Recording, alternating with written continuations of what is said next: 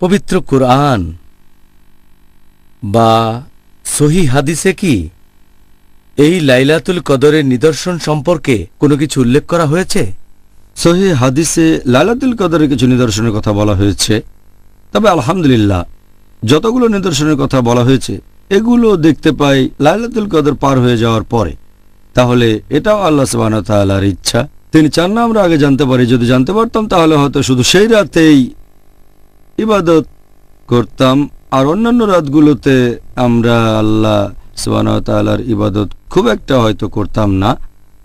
একটা হাদিস আছে সহিহ মুসলিমে যে লাইলাতুল কদরের ঠিক পরের দিন সূর্যের কোনো কিরণ থাকবে না, দেখাবে একটা থালার মতো যতক্ষণ না মাথার উপরে উঠছে। এছাড়াও সহিহ মুসলিমে বলা হয়েছে খণ্ড নম্বর 2 বুক অব ফাস্টিং হাদিস নম্বর 2633 যে লাইলাতুল কদরের পরের দিন সূর্যের কোনো কিরণ থাকবে না। সহিহ মুসলিমে আরও একটা হাদিস আছে খণ্ড নম্বর 2 বুক অব ফাস্টিং হাদিস নম্বর 2635।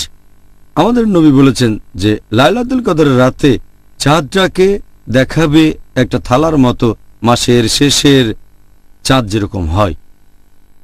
এই সহিহ হাদিসটা আছে তাবরানী আর ইবনে খুজাইমাতে যে লাইলাতুল কদরের যে আলো সেটা খুব গরম হবে না, আবার হবে না খুব ঠান্ডাও।